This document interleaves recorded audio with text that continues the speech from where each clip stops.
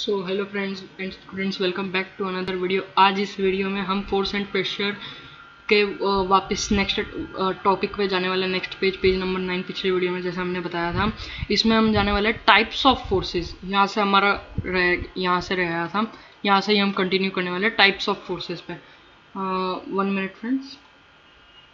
हाँ जी, तो ठीक है, अब हम चलते हैं अपना पहला टॉपिक टाइप्स ऑफ फोर्सेस। उससे पहले मैं आपको ये बताना चाहता हूँ कि हम, अगर आप ये वीडियो पे नए हैं तो मैं आपको बताता हूँ कि हमारा अभी स्टूडेंट मास्टरी का एक हम पार्ट बनाने वाले हैं, एक सीरीज बनने वाली है, कुछ 20 के आसपास वीडियोस बनने वाली है। आप देखिए, अगर आप पेरेंट की ओर से देख रहे हैं तो आप अपने स्टूडेंट की ये मेमोराइजिंग पावर को आप अच्छी तरह से बढ़ा पाएंगे, कैसे चीज़ अच्छी तरह से आप लर्न कर सकते हैं। तो फ्रेंड्स, आज की हम वीडियो शुरू करें।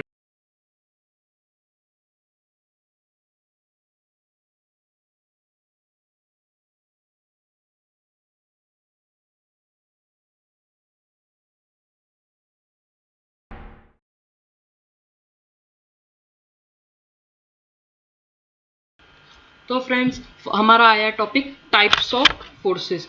टाइप्स ऑफ फोर्सेस में हमारा आया first contact force and non contact force, second वाला। तो कॉन्टैक्ट फोर्स वो होते हैं जो कॉन्टैक्ट में रहते हैं।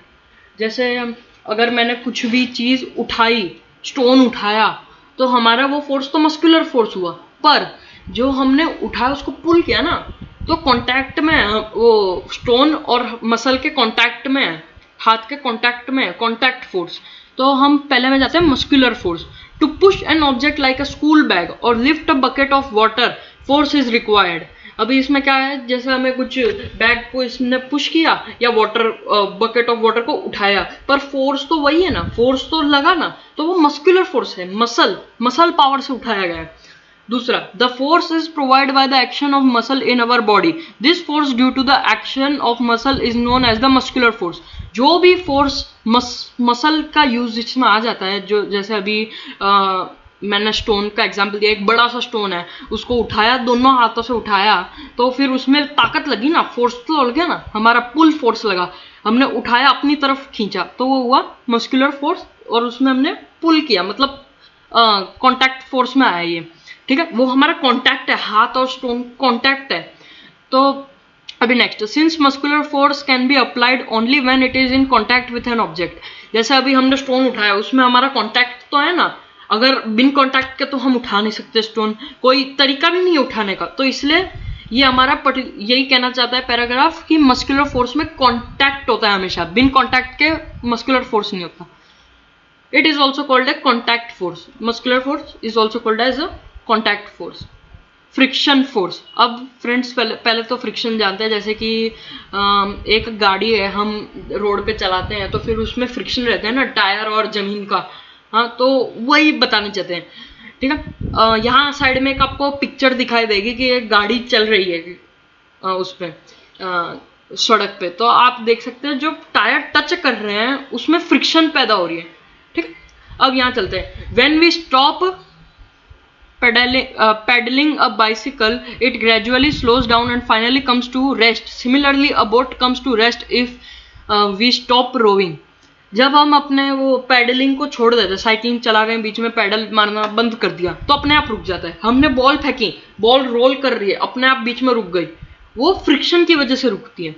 वो एक धरती और जो पर्टिकुलर ऑब्जेक्ट जो मूव कर रहा है, रोटेट कर रहा है, कुछ भी कर रहा है, उसमें जो भी है वो उसमें कांटेक्ट में फ्रिक्शन पैदा कर रही है, घिसाव कह सकते हैं, घिसाव पैदा कर रही है। In the above situation, a force is responsible for changing the state of motion of objects and this force is called friction. तो जो सिचुएशन में घिसावट, जैसे अभी हम माउस यूज करते हैं, अभी मैं भी माउस यूज कर रहा हूँ, देखिए आप देख सकते हैं, ये रहा माउस, ये माउस यूज कर रहा हूँ मैं। तो माउस जो मैं घिस रहा हूँ इस कंप्यूटर के अंदर नहीं, बाहर एक्सटर्नल माउस जो मैं इसको ग्राउंड पे ऐसे लगा रहा हूँ, अपने टेबल पे ऐसे घिस रहा हूँ, तो उसकी वजह से फ्रिक्शन पैदा हो रही है और उसकी वजह से ही मूव कर रहा है। अगर मैंने ऐसे फेंका माउस को, जोर से ऐसे खींच के ऐसे फेंका, तो वो रुकी तो सही ना, कहीं रुकी तो सही, वो फ्रिक्शन की वजह से रुकी है। वो फ्रिक्शन घिसावट जिसे कहते हैं हम। तो ये दूसरा पैराग्राफ पे जाते हैं। It is the force of friction between the surface of the tyre and the ground that bring the moving tier two rest.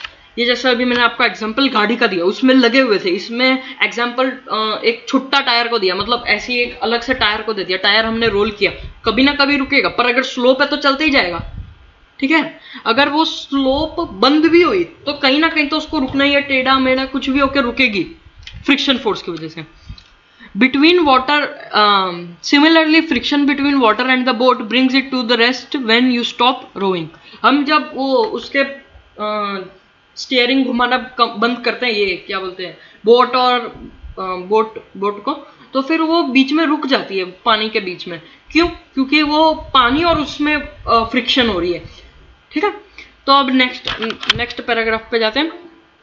The force of friction always acts on all the moving objects and its direction is always opposite to the direction of motion. Since frictional force arises due to contact between surfaces, it is also an example of contact force। ये paragraph ये कहना चाहती है जैसे कि अब हमारा friction जहाँ जमीन से ही हो रहा है, कॉन्टैक्ट तो है ना जमीन के साथ, तो ये भी कॉन्टैक्ट फोर्स ही हुआ पूरे एग्जाम्पल्स के साथ। अब हम आएंगे नॉन कॉन्टैक्ट फोर्स में। नॉन कॉन्टैक्ट फोर्स में आया मैग्नेटिक फोर्स। अब magnet can exert a force on other magnet without being in contact with it. अब एक मैग्नेट नॉर्थ साइड का है, दूसरा भी नॉर्थ, अगर हमने उसको पास में लाया तो रिपेल करती है, वो एक दूसरे को छूती नहीं है, कॉन्टैक्ट नहीं करती, एक दूसरे को टच नहीं करती है। तो वो दो मैग्नेट्स के फोर्स लग रहे हैं, पर वो जैसे अभी उसमें फोर्स लग रहा है, सब हो रहा है, पर बीच में कांटेक्ट नहीं है। अब हम जैसे जंकयार्ड का एग्जांपल लेते हैं। जंकयार्ड में जब एक इलेक्ट्रोमैग्नेट जाता है तो इलेक्ट्रोमैग्नेट पे वो सारे उठाना नहीं पड़ता, सारे मेटल की चीज़ें, तो वो जो मेटल की चीज़ें हैं ना, उसकी मतलब कोई वैल्यू होगी उनके लिए, तो उन्होंने उठाया वो मेटल की चीज़ भी। तो वो मेटल की चीज़ थोड़ी ना कांटेक्ट, हाथों से थोड़ी ना उठाते हैं, हाँ थोड़ी ना हम हाथों से उठाते हैं, थोड़ी ना हम फ्रिक्शनल फोर्स लगता है उसमें लगता है ये मैग्नेटिक फोर्स। वो इलेक्ट्रोमैग्नेट कुछ क्रेन्स होती है, वो ऑन कर देते हैं अपना इलेक्ट्रिसिटी, उसकी वजह से उनको मैग्नेट की पावर मिलती है, ठीक है। अब आया अपना नेक्स्ट इलेक्ट्रोस्टैटिक फोर्स। उससे पहले एक लाइन है, दो लाइन है। The force exerted by a magnet on a piece of iron is also non contact force. ये कहना चाहती है जैसे कि अभी हमने एक मैग्नेट किया, मैग्नेट पे अगर हमने ऐसे दूर रखा, वहाँ कुछ नेल्स हैं, उस पर ऐसे आगे किया तो वो चिपक जाते हैं नेल्स, तो कॉन्टैक्ट तो नहीं रहता ना उनमें, विदाउट एनी कॉन्टैक्ट वो टच होते हैं। अब आए हमारा next topic electrostatic force. The force exerted by a charged body on other charged or uncharged body is known as electrostatic force। अभी फ्रेंड्स हमने बहुत बार किया है ये बचपन में, अभी भी करते हैं कि कभी भी स्केल मिलती है, हमारा सर ड्राई होता है तो हम उस पर घिसते हैं और छोटे टुकड़े होते हैं पेपर के, उसके ऊपर रख देते हैं, वो ऐसे मतलब ऊपर करते हैं, तो वो चिपक जाते हैं, वो सारे पेपर टुकड़े चिपक जाते हैं स्केल से। क्यों? क्योंकि वो स्केल चार्ज हो जाती है, पॉजिटिव चार्ज होती है, नेगेटिव चार्ज हो सकती है, हाँ पर नहीं, सॉरी पॉजिटिवली चार्ज होगी स्केल, पर जो वो पेपर्स हैं वो नेगेटिवली चार्ज हैं, तो वो एक्सर्ट कर रहे हैं ना फोर्स, मतलब लग तो रहा है उनको, चिपक तो रहा है सारे, इसलिए वो कहा गया है कि उसमें कांटेक्ट ही नहीं है। तो विदाउट एनी कांटेक्ट वो तो इलेक्ट्रोस्टैटिक फोर्स भी हुआ नॉन कांटेक्ट फोर्स, तो therefore electrostatic force is also an example of non contact force. अब आया हमारा gravitational force. Earth attracts everybody towards its center. That is why all particles are falling towards Earth. The force with which Earth attracts any other body towards the center is called force of gravity, and the acceleration produced by force of gravity is called acceleration due to gravity। अब जैसे हम jump करते हैं तो gravity हमें खींचती है, पर ऐसा थोड़ी ना अपने हाथ ग्रेविटी के हाथ है हमें पैर खींच देगी, नहीं खींचती, वो हमारे पैर नहीं खींचती, उसमें ग्रेविटेशनल फोर्स होता है, वो अपनी गुरुत्वाकर्षण से खींचती है, उसका कुछ ज्यादा मैटर नहीं है कि हाथ लगा के कर दिया, ऐसा होता ही नहीं है कभी, उसमें कांटेक्ट ही नहीं होता ग्रेविटेशनल फोर्स में, वो एक एयर मतलब अपनी तरफ खींचती है हमें धरती, वो हुआ ग्रेविटेशनल फोर्स, गुरुत्वाकर्षण, ठीक है। अब हमारा आया, इसके आगे का पॉइंट पढ़ते हैं। This is an attractive force, the force of gravity acts on all objects. जैसे अभी हम गाड़ी के एग्जाम्पल ले रहे थे, अगर वो हवा में हो तो नीचे तो आनी है कभी भी। हाँ, प्लेन हो, प्लेन अगर हमने ऐसे ही छोड़ दिया बिन कुछ ऑपरेट किए तो वो भी जमीन पे गिरेगा। क्यों गिरेगा? थोड़ी ना वापिस हाथ खींच दिया उसने, यही बात है, वो खींचता नहीं हाथ, पर वो उसमें फोर्स ऐसा रहता है, जैसे मैग्नेटिक फोर्स है ना वैसा ही ग्रेविटेशनल फोर्स है। पर मैग्नेटिक में मैग्नेट्स चाहिए होते हैं, इसमें मैग्नेट नहीं चाहिए, अर्थ ही है। ठीक है, अब हमारा नोट। इससे पहले मैं आपको कहता हूँ, ये मैंने कल जो मतलब अभी ये अपलोड हो रही है मेरी एक वीडियो, दिखा देता हूँ आपको।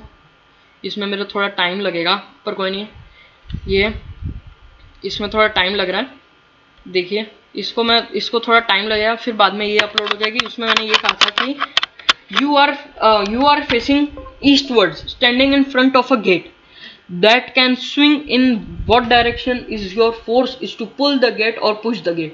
अब आपको ये समझ के, मुझे सॉल्यूशन दिया है, आपको मुझे समझाना है कमेंट्स में। मैं समझ रहा हूँ, आपको लिखना है आंसर, क्या हाँ आपको समझ आ रहा है, आपको जो मैं करवा रहा हूँ वो आपको समझ आ रहा है। ठीक है, अब हम जाते हैं नोट पे। Every object in universe whether small और large exerts a force on every other object. This force is known as the gravitational force, unit of force. ये ग्रेविटेशनल फोर्स का ही एग्जांपल दिया है कि कोई भी छोटी से बड़ी चीज तक एग्जर्ट करती है फोर्स, इसलिए यही है। तो ऐसा यूनिट ऑफ फोर्स है इसमें। द ऐसा unit of force is Newton. Newton को एन भी सिंबलाइज किया जाता है, न्यूटन का एन। तो जैसे अभी कल मैंने आपको बताया था वो पिछली वीडियो में कि जैसे हमने कोई भी एक बॉक्स को धकेला, तो जो धकेला उसमें उसका दोनों साइड से दो बंदे धकेल रहे हैं तो कहीं मूव ही नहीं करेगा। पर अगर उसकी लेफ्ट वाली साइड की हुई पावर 50 न्यूटन और उसकी हुई 25 न्यूटन, तो 50 न्यूटन के पास ज्यादा पावर होगी ना, इसलिए। अब हम आते हैं आगे। A Newton is that force which produces in a body of mass 1 kg an acceleration of 1 meter per square। तो ये है 1 kg 1 किलो पे जो एक्सेलरेट करता है, न्यूटन। अभी आगे आएगा और भी एग्जांपल्स आएंगे, अच्छी तरह से समझाऊंगा। Another unit of force called the gravitational unit is kilogram force, symbol KGF. KGF तो जो हम पे फोर्स ग्रेविटी का पड़ता है वो हमें आता है केजीएफ में, किलोग्राम फोर्स।